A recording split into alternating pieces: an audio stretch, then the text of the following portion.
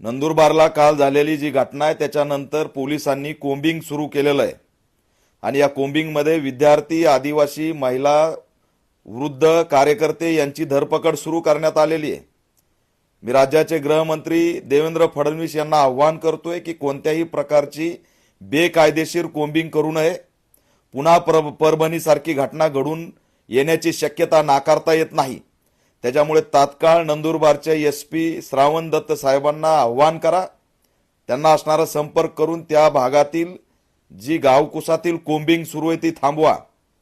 जय वाळवी या तरुणाचं हत्याकांड झालं, त्याच्या आरोपीला अटक झाली पाहिजे। त्या समाजामध्ये उद्रेक आहे, आक्रोश आहे, त्यांना धीर द्यायचा, त्यांचा असणारा न्याय देण्याची भूमिका घ्यायची सोडून त्यांनाच जर जेलमध्ये टाकण्याचा प्रयत्न होत असेल तर हे गंभीर आहे आणि हा आदिवासी समाजाचा केलेला कोंडमारा आहे। आणि म्हणून गृहमंत्र्याला ऑल इंडिया पॅंथर सेना मागणी करत आहे की तात्काळ ही कोम्बिंग थांबवा।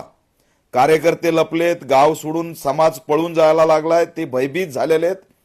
एसपींनी तात्काळ त्या ठिकाणी आव्हान करून जी कोम्बिंग सुरू आहे ती थांबवली पाहिजे।